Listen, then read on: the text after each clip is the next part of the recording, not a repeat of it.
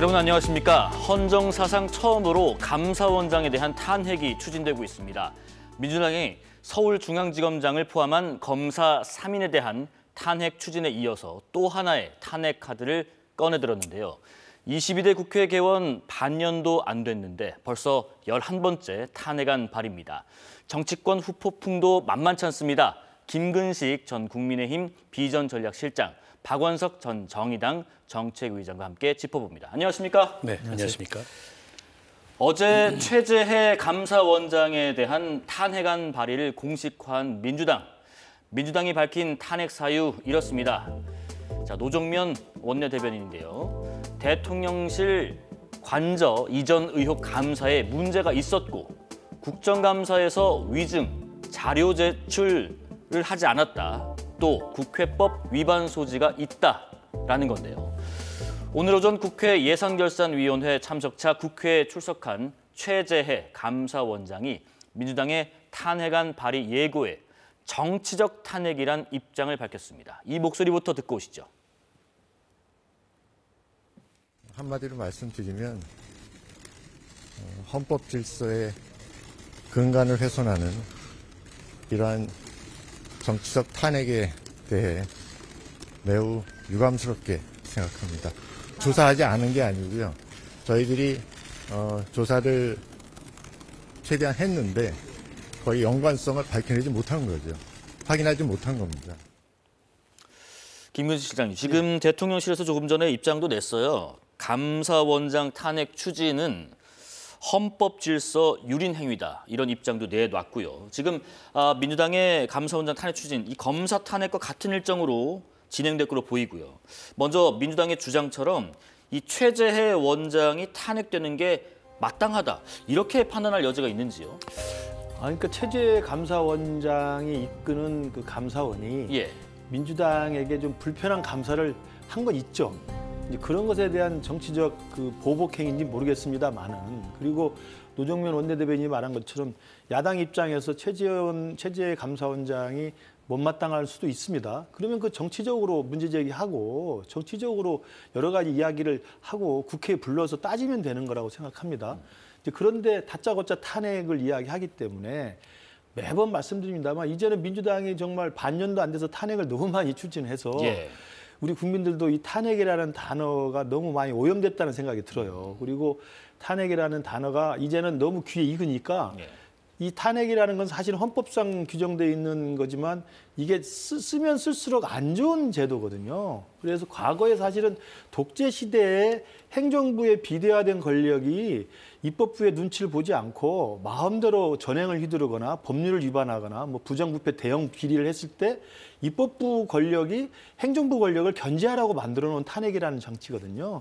그래서 쓰지 않는 게 민주주의 국가입니다. 근데 이걸 너무 많이 쓰니까 저는 탄핵이라는 이 엄중한 제도, 진중한 제도, 무거운 제도가 너무 희화화되고 있다는 말씀 먼저 드리고요. 독재 국가 때 행정부 권력을 견제하기 위한 입법부의 견제 장치라는 말씀 분명히 드립니다. 그다음에 두 번째는 최재해 원장이 민주당 문재인 정부 때 임명한 사람입니다. 그리고 임기도 제가 볼 때 얼마 안 남은 걸로 알고 있어요. 만약에 국회 다수당이라는 이 숫자를 밀어붙여서 발의를 해서 통과를 시킬 수 있겠죠. 그러면 헌법재판소 가서 인용 여부를 따지려면 6개월 이상 걸립니다. 그러면 거의 임기가 끝나버려요. 그러니까 감사원을 사실은 마비시키겠다는 의도가 더 강한 겁니다. 임기 얼마 남지 않은 사람을 국회 다수석으로 일단 통과를 시켜버리면 헌법재판소의 인용 여부를 확인하기 전에 이미 최재해 감사원장은 임무를 수행할 수 없으면서 임기가 끝나버리거든요. 저는 그런 걸 노린 게 아닌가. 왜냐하면 지금 그렇게 될 경우에 권한대행은 문재인 대통령이 임명한 사람 순서로 간다는 거거든요. 그런 정치적 의도가 빤한 것이어서 저는 이 민주당의 지금 너무나 쉽게 지금 중독된 것처럼 설명하고 있는 이 탄핵이라는 게 우리 국민들이 봤을 때도 탄핵이라는 이 무거운 죄들을 너무 오염시키고 있다는 말씀 드리고, 문제가 있으면 공수처에 고발을 해놨지 않습니까? 공수처 고발된 사건을 공수처에서 먼저 따져본 다음에 해도 충분히 늦지 않을 텐데 왜 이렇게 서두르는지 정말 제가 볼 때는 의도적인 정치적 해석밖에는 좀 있을 수 없다고 생각합니다. 박원석 정책위의장, 지금 탄핵이 너무 남발되고 있다는 비판, 또 이 탄핵 추진 기간 동안에 업무가 마비되면 그 피해는 고스란히 국민에 갈 수 있다는 것들, 또 하나가 지금 감사원이 간부들 상대로 긴급 회의도 소집했다는데 집단 반발 가능성이 있는지, 그렇다면 이건 정치적인 중립 위반의 움직임인지 여러 가지 것들이 좀 궁금합니다. 우선은 지금 현 정부 들어서 11번째 탄핵 소추안이 국회에서 발의될 상황인데요. 헌법상의 최종 수단, 비상수단이라고 할 수 있는 탄핵이 너무 남발되는 거 아니냐라는 비판이 있을 수 있습니다. 특히 이제 국무위원 등에 대한 탄핵은 명백한 헌법 법률 위반이 있을 때 탄핵이 가능한데 헌법재판소에 가서 인용될지조차 불분명한데 그걸 가지고 이제 이 탄핵을 다수의 의석으로 밀어붙이는 거 아니냐 이런 비판이 좀 있을 수 있다고 봐요. 그러나 동시에 현 정부 들어서 감사원, 특히 최재해 원장의 감사원이 헌법상의 어떻게 보면은 감사원이 갖고 있는 권능을 스스로 위태롭게 만드는 그런 이제 정치적으로 이 중립적이지 못하고 또 독립적이지 못한 그런 편파적인 감사를 해왔던 거 아닌가. 그에 따른 자업자득의 결과 아닌가에 대해서도 좀 반성이 필요하다고 생각합니다. 예. 특히 이제 민주당에서 탄핵 사유로 거론하고 있는 이 관저공사 부실 감사 의혹 같은 경우에 김건희 여사 관련 업체가 그 공사를 했는데 그냥 대통령실에서 별 문제 없다라는 말만 듣고 감사를 종결해본 측면이라든지 아니면 감사 자료를 제대로 내지 않았음에도 불구하고 지난 정부 표적감사에 대해서는 감사 자료를 부실하게 냈다는 이유로 검찰 고발이나 이런 조치들을 취했던 거에 비해서 제대로 된 감사를 하지 않고 특히 이제 최근에 언론에서 많이 논란이 됐던 그 불법 건축물로 지적되는 70제곱미터짜리 건물, 거기 뭐 스크린 골프장을 검토했다가 하지 않았다고 하는데 감사원의 감사보고서 어디에도 그런 내용이 나와 있지 않습니다. 이 자체로서 부실 감사인데 이제 와가지고 이제 탄핵안이 추진된다고 하니까 최선을 다했으나 뭐 불법을 발견하지 못했다. 약간 이제 자기 스스로를 합리화하는 그런 발언을 하는 것도 제가 보기엔 타당하지 않다고 보고 네네. 얼마 전에 이제 뭐 그 사드 배치 지연을 이유로 정의용 안보실장 또 검찰에 고발하는 등의 그러니까 지난 정부에서 있었던 사건 그 중에도 이제 국가안보와 관련된 그런 이슈들까지 감사원에서 이렇게 일종의 표적 감사를 하는 것에 대해서 민주당에서 굉장히 불편해하고 문제의식을 느끼지 않았을까 싶고요. 예. 그럼에도 불구하고 이게 헌재에서 인용 가능성이 이렇게 높지는 않다고 생각해요. 그런 면에서 민주당에서도 헌법상의 비상수단이라는 탄핵 제도의 취지에 맞게 이걸 운영했으면 좋을 텐데 너무 어떻게 보면 좀 남발되는 경향이 없지 않아 있어서 여론이 그에 대해서 어떻게 반응할지 다소는 좀 미지수인 상황이 아닌가 싶습니다. 네. 그러니까 남발되는 측면도 없지 않아 있지만 또 자업자득인 측면도 있다는 말씀이신 것 같아요. 지금 현직 검사들에 이어서 사상 첫 감사원장 탄핵까지 브레이크 없는 민주당의 탄핵 공세에 국민의힘에선 이런 비판 목소리들이 나왔습니다. 광란의 탄핵 폭주입니다. 임기가 1년 남은 최재해 원장을 직무를 정지시켜놓고 그 기간 동안 문재인 정부가 임명한 감사위원이 감사원을 이끌도록 해서 감사원을 유리한 방향으로 이용하겠다는 정치적 술수입니다. 문재인 정부 적폐 감사에 대한 명백한 보복입니다. 탄핵이라는 단어가 주는 엄중함은 사라진 지 오래됐고 깃털보다 가벼운 단어로 전락해버렸습니다. 더불어민주당의 탄핵 노름을 보고 있노라면 과거의 집권당이 맞는지 미래의 집권 의지와 능력은 있는지 매우 의심스럽습니다. 자, 지금 윤석열 정부 들어서요. 민주당 주도로 국회 문턱을 넘은 탄핵안과 그렇지 못한 것들 한번 볼게요. 지금 그래픽 나오고 있는데요. 5개입니다. 일단 이상민 행안부 장관에 대한 탄핵안은 헌재 기각, 이진숙 방통위원장은 심판 중이고요. 그다음에 검사들에 대한 것들은 각각 기각이거나 심판 중인데 지금 탄핵안이 너무 남발되고 있다는 지적들은 해주셨고 또 정쟁화되는 비판 목소리도 있고요. 민주당의 속내는 무엇일지 궁금한데 아까 언급해 주신 것처럼 지금 감사원이 윤 정부 출범 이후에 전 정부의 문재인 정부의 뭐 정부 집값 통계 조작 의혹이랄지 무리한 탈원전에 따른 월성 원전 1호기 조기 폐쇄랄지 뭐 기타 등등의 것들을 감사하고 있는데 지금 이런 탄핵 추진 과정에 있어서 그렇다면 만약에 탄핵이 통과된다면 김근식 발사님 이 지금 문재인 정부에서 임명한 감사위원들이 감사원을 순서대로 이끌게 되고요. 그러면 혹시 이 감사의 상당한 변수로 작용할 수도 있을까 하는 궁금증도 듭니다. 그렇죠. 그러니까 저는 민주당의 의도가 정치적으로 해석될 수밖에 없다는 대목이 바로 그 대목입니다. 그러니까 지금 박원석 의원님께서도 말씀하셨습니다. 이게 헌재로 가봐야 사실은 기각될 가능성이 훨씬 높습니다. 실제로 지금 몇 번째 탄핵이 통과돼가지고 헌재에 갔습니다만 이상민 행안부 장관 기각됐고요. 그다음에 검사도 가서 기각됐지 않습니까?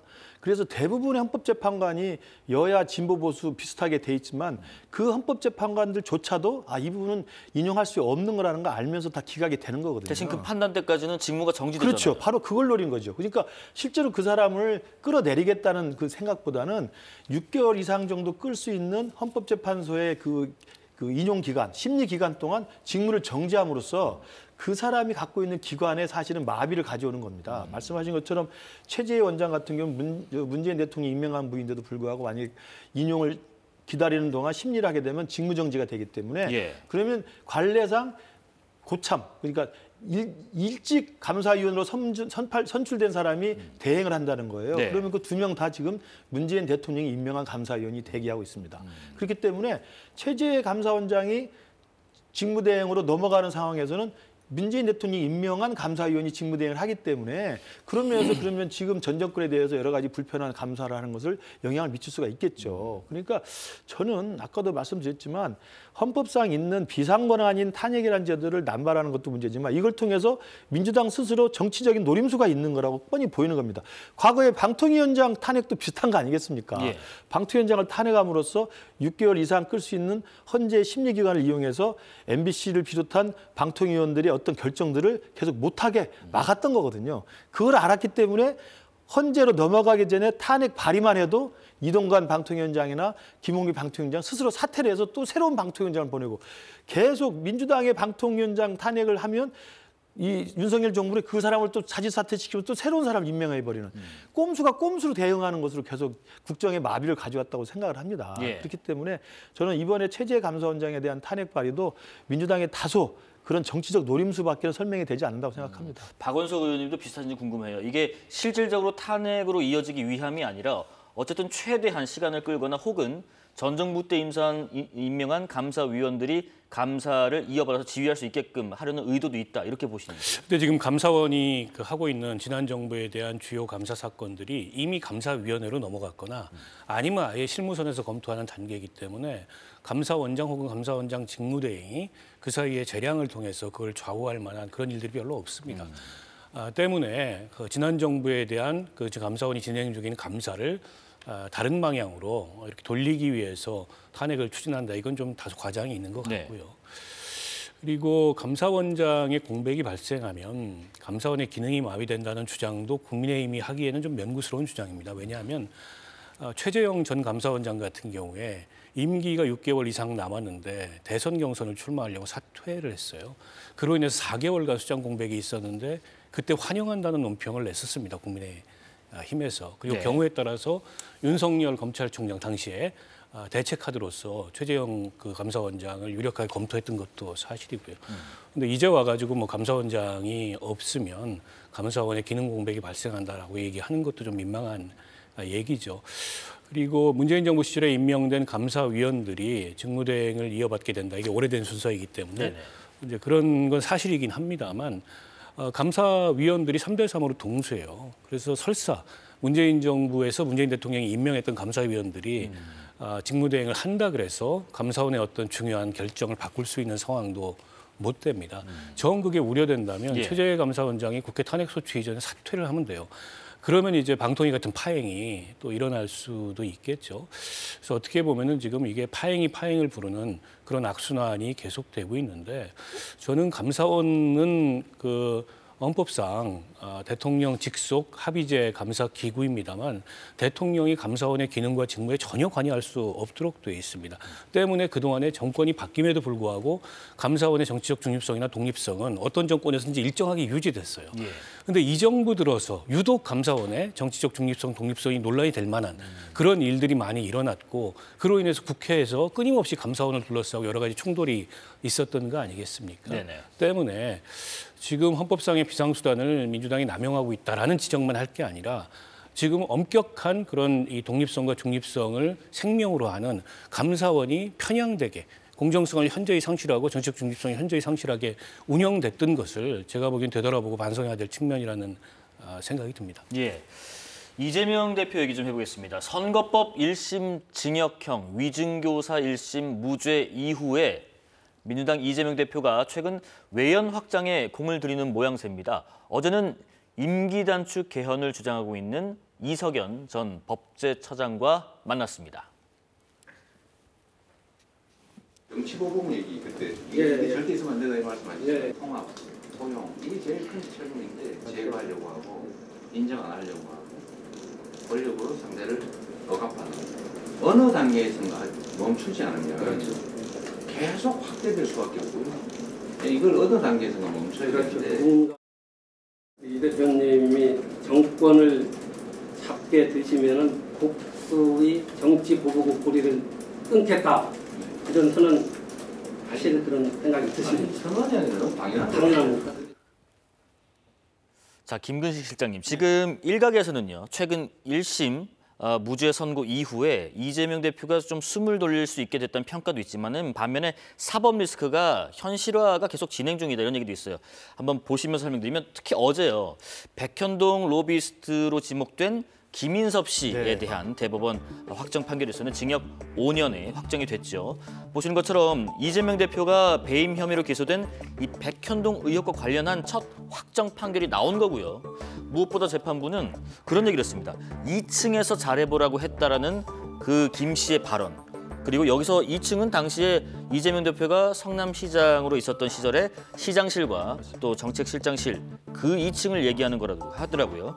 또 하나가 김 씨와 이 대표 정 전 실장을 재판부가 특수관계로 표현을 했는데 사법 리스크 속에서 이 대표의 외연 확장 이건 지금 어떤 상황으로 흘러가고 있다고 보십니까? 예, 맞습니다. 그러니까 이번 주죠. 그 유증교사죄 1심 무죄가 이제 예상을 깨고 나온 건데 아마 그 바람을 타고 아마 이재명 대표가 외연 확장을 하려고 중도층 인사도 만나고 그러는 것 같습니다.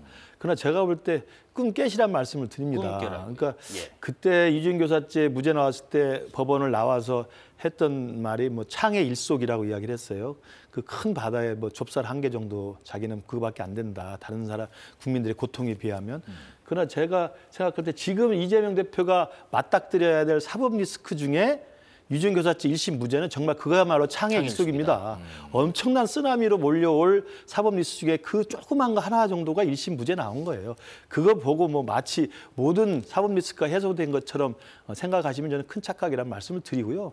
말씀하신 것처럼 이 김인섭 씨가 백현동 사건과 관련해서 지금 대법에서 확정 판결을 받았습니다. 5년 받았고 거기에는 정진상 실장과 이재명 당시 성남시장에 있는 2층에 도움을 받아서 했다는 게 유죄 판결의 큰 원인으로 되어 있습니다. 그러면 정진상 실장과 당시 이재명 시장과는 특수관계 아니겠습니까? 과연 이재명 대표가 그런 백현동의 어마어마한 프로젝트를 진행하는데 몰랐을까라는 의문이 당연히 남아있기 때문에 앞으로 진행될 이재명 대표의 이 백현동 재판에는 굉장히 악영향을 미치게 돼 있고요.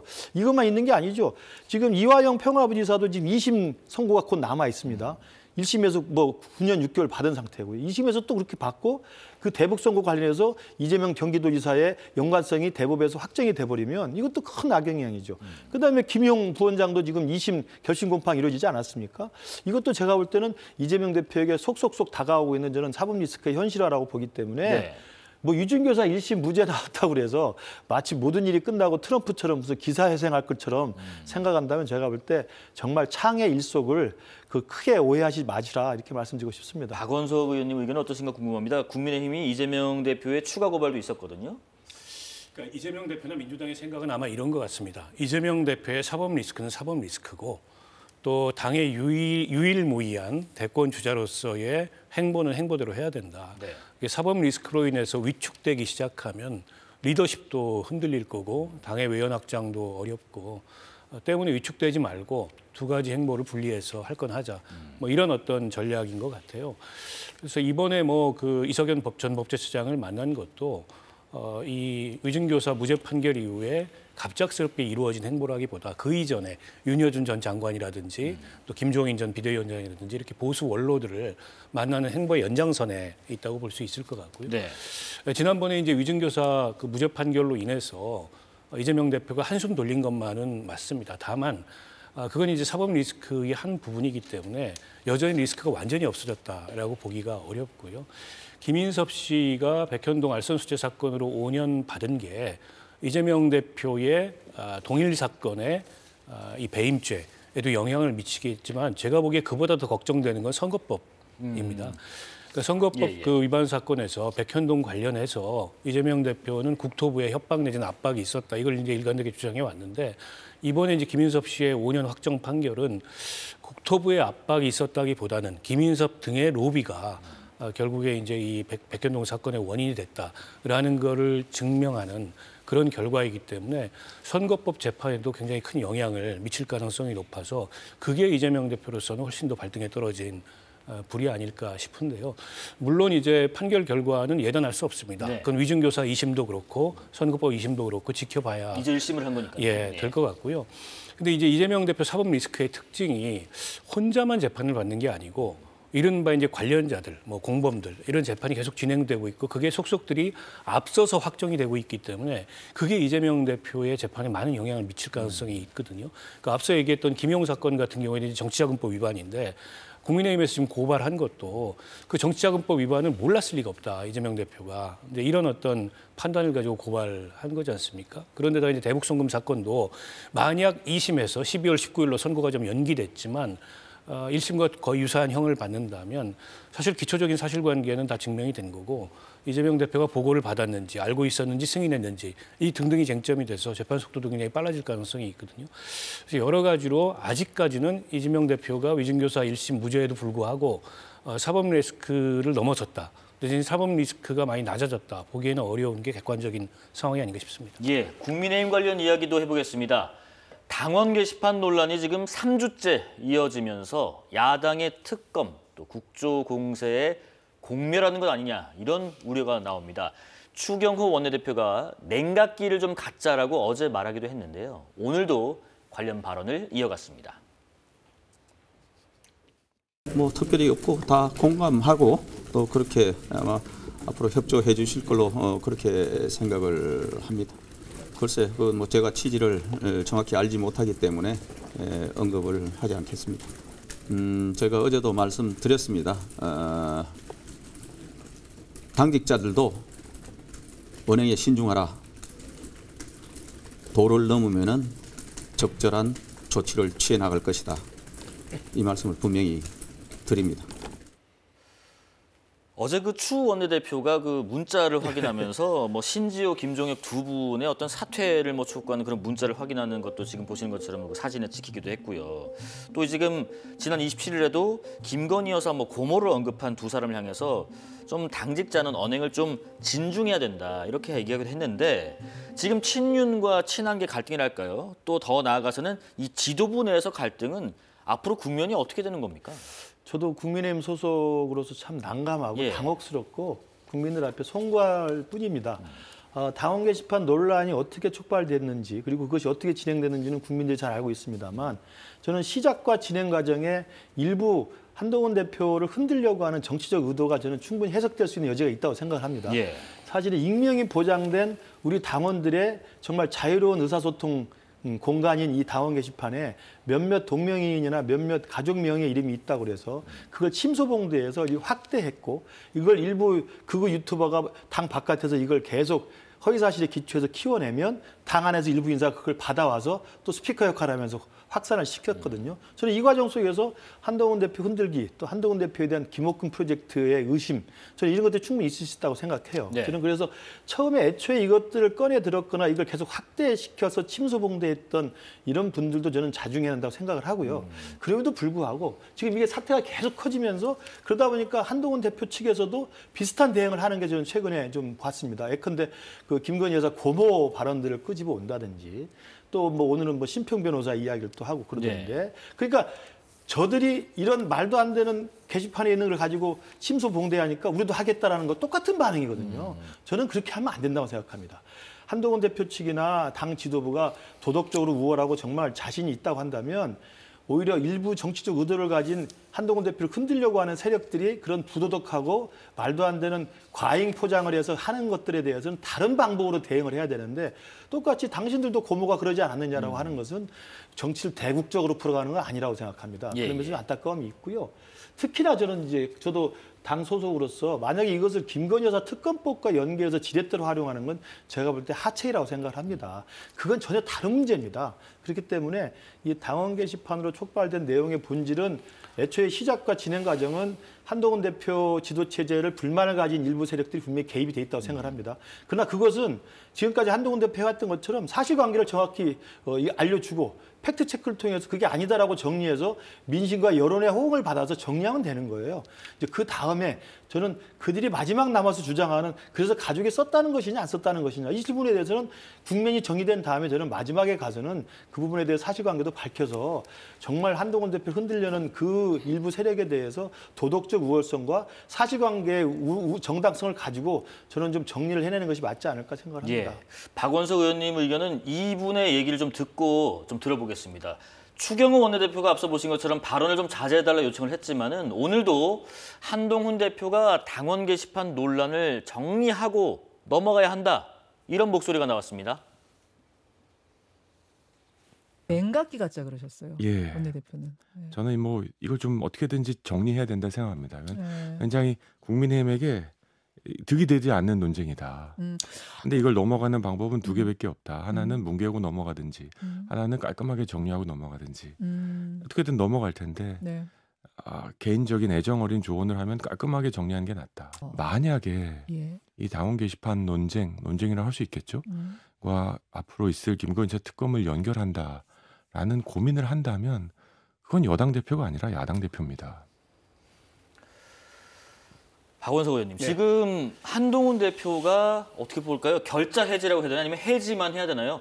본인이 직접 풀어야 된다라는 의견을 내고 있는데 거기에 지금 김건희 여사 특검법에 대한 이야기까지 나오는 이유가 지금 그래픽도 같이 한번 보실까요? 친한계에서 김건희 여사 특검법에 대해서 불가해서 마치 유보로 바뀌는 듯한 기류에 대해서도 이런 얘기가 나옵니다.